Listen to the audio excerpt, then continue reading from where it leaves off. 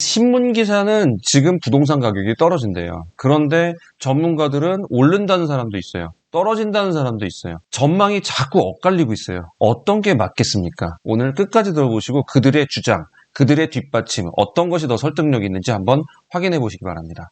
구독과 좋아요는 잊지 마시고요.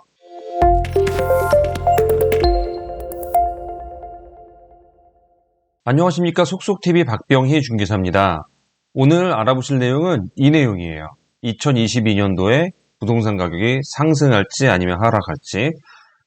자, 지금 많은 전문가들이 의견을 내놓고 있습니다. 상승을 말하는 사람이 있고요. 하락을 말하는 사람이 있어요.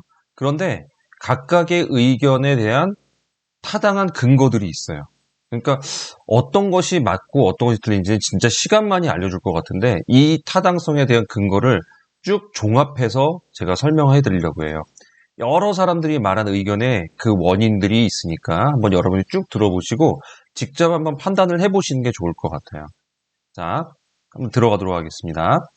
자, 2022년 부동산 가격 전망, 그 엇갈림, 누구 말이 맞을까에 대해서 한번 여러 전문가들이 말하고 있는 의견을 한번 모아봤어요. 그래서 종합으로 한번 정리를 해봤는데요. 하락을 전망하고 있는 전문가 집단이 있었고요. 그리고 상승을 전망하고 있는 전문가 집단들이 있었어요. 자, 상승과 하락. 먼저 하락 먼저 알아본다면요. 하락 쪽에서는 전문가들 지금 다 인플레이션의 이유를 얘기를 하고 있어요. 자, 인플레이션이 지금 미국에서 전년 대비 인플레이션이 70년대 이후 가장 최고치라고 좀 얘기를 하고 있어요. 그 전문가들의 얘기예요. 그리고 인플레이션의 대응책은 금리를 인상할 수밖에 없는 거라는 얘기죠. 그래서 지금 미국 연방준비위원회가 바로 2.5%에서 3%까지 2024년까지 계속 지금 상승시킬 거다라는 예고를 하고 있어요. 그리고 한국에 미치는 그 금리의 영향은 미국보다 더 심화될 수밖에 없다라는 게 그들의 주장이에요. 그래서 부동산 가격이 하락하는데 분명히 이 금리의 인상이 일조를 할 것이다라고 보는 것이죠.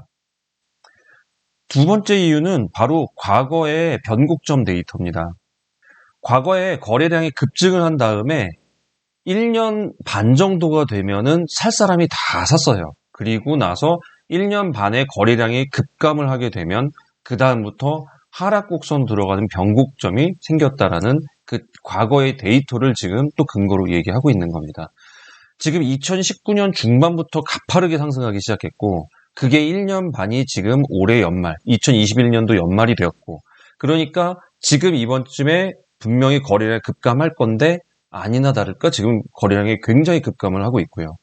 그러니까 이러한 기조가 과거의 이유처럼 이제 살 사람은 다 샀다라고 생각을 하는 거죠.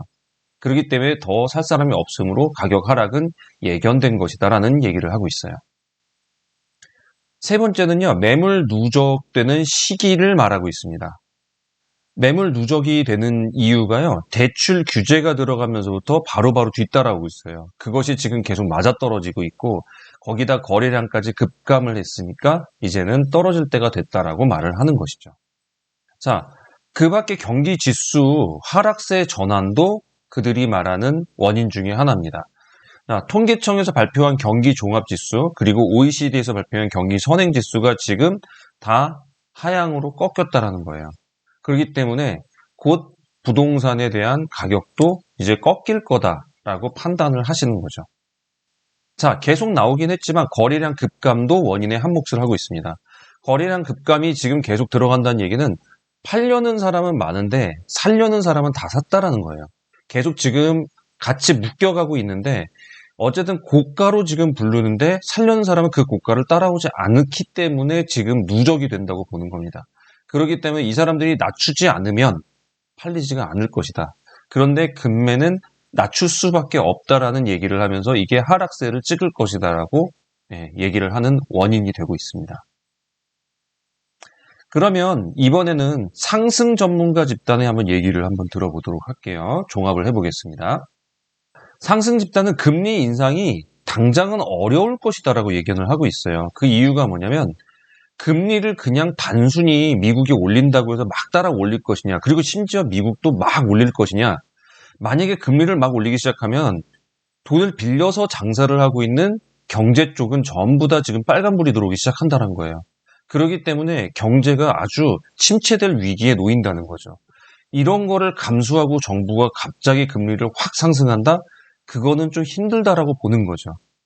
그래서 미국이 올린다고 해서 우리나라 바로 상승할 거라고 생각지 않는 그런 이유에서 지금 이거는 상승한다라고 보는 거예요.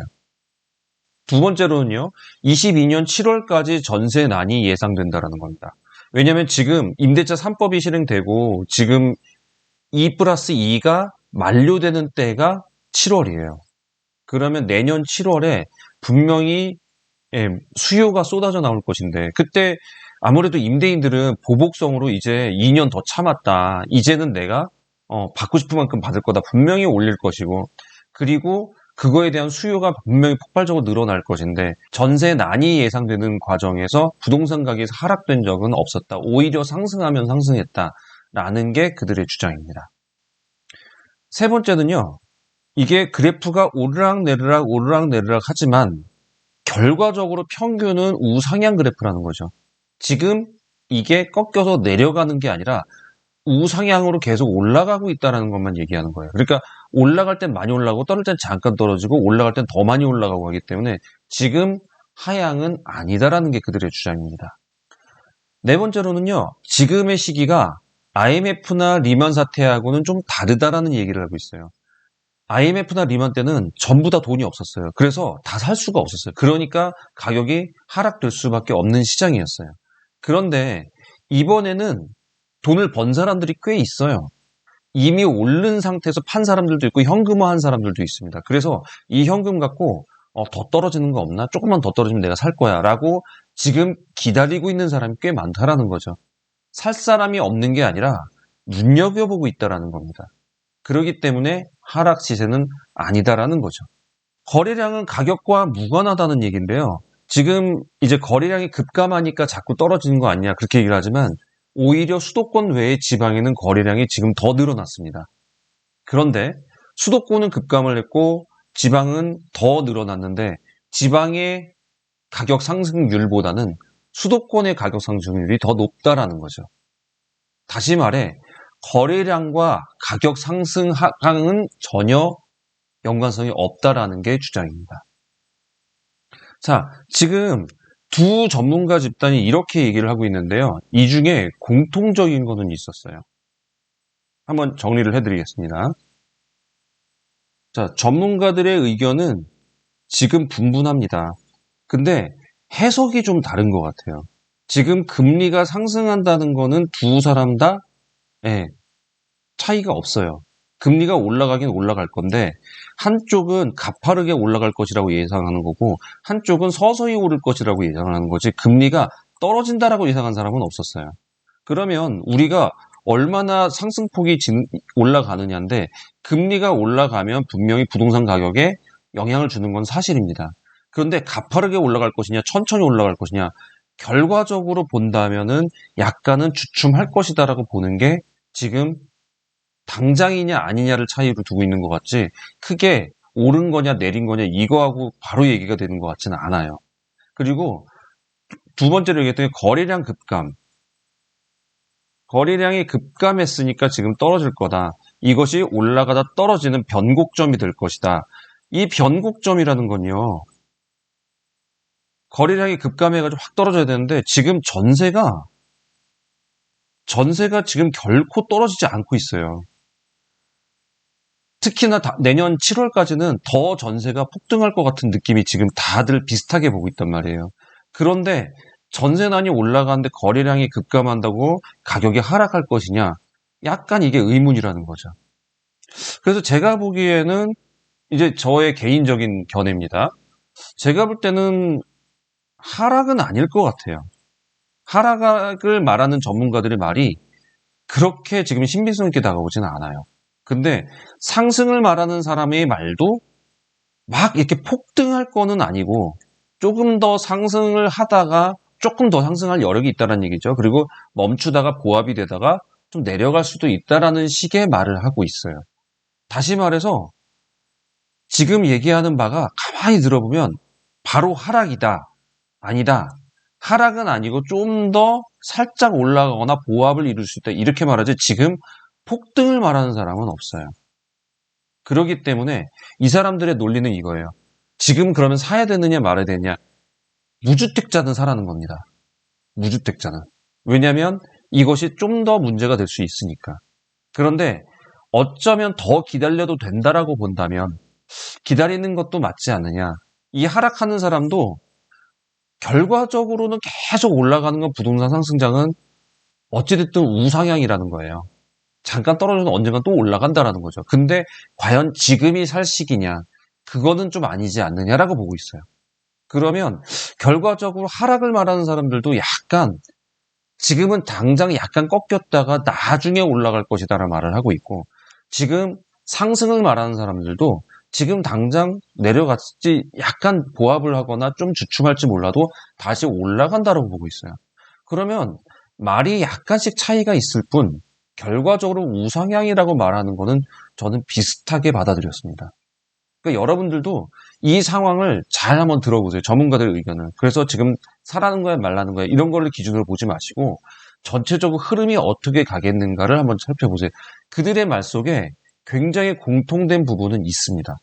그게 바로 지금 금리가 올라간다는 사실은 지금 둘 다 동의하고 있어요. 그리고 거래량이 급감해서 지금 주춤하고 있다는 것도 둘 다 공감을 하고 있습니다. 이것이 나중에 어떤 영향을 미칠 것인지는 이제 시간이 알려주겠지만 여러분들의 그 해석이 이 가격을 오를 것이냐 또는 하락할 것이냐 이거를 보게 될 것 같은데 잠깐 주춤할 수는 있어도 나중엔 더 오를 거라는 게 일반적인 견해로 보여집니다. 하지만 신문기사에서는 지금 굉장히 떨어진다고 할 거예요. 왜냐하면 이번 정부의 목표였거든요. 계속 지금까지 올라갔지만 떨어지지 않았잖아요. 이번에 떨어지니까 조금 떨어진다라고 막 지금 대서특필을 하고 있는데 과연 이것이 사실적인 통계 지표인지 확인해 볼 필요가 있다는 얘기입니다. 자, 전문가들이 이렇게 여러 가지 얘기를 하고 있지만 사실 지금 공통된 의견은 분명히 나오고 있어요. 그 공통된 의견이 이제 부동산 가격에 어떤 영향을 줄 것이냐 이것이 문제인데 그 해석은 여러분들의 몫입니다. 하지만 저도 제 의견에 대해서 조금은 말씀을 드렸어요. 근데 누구 의견이 맞다 틀리다를 알려고 하지 마시고요. 지금은 어디가 좋다라고 어디가 또 사야 된다 이런 것들은 지금 조금 위험한 상태예요.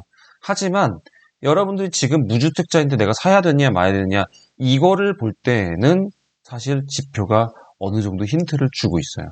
그러니까 여러분들 이 부분 잘 해석하셔서 여러분들이 경제적인 어떤 계획을 짬에 있어서 부족함 없이 잘 좋은 선택을 할 수 있기를 기원하면서 이렇게 영상 마치도록 하겠습니다. 자, 오늘 영상 도움되셨다면 구독과 좋아요 부탁드리겠습니다. 감사합니다.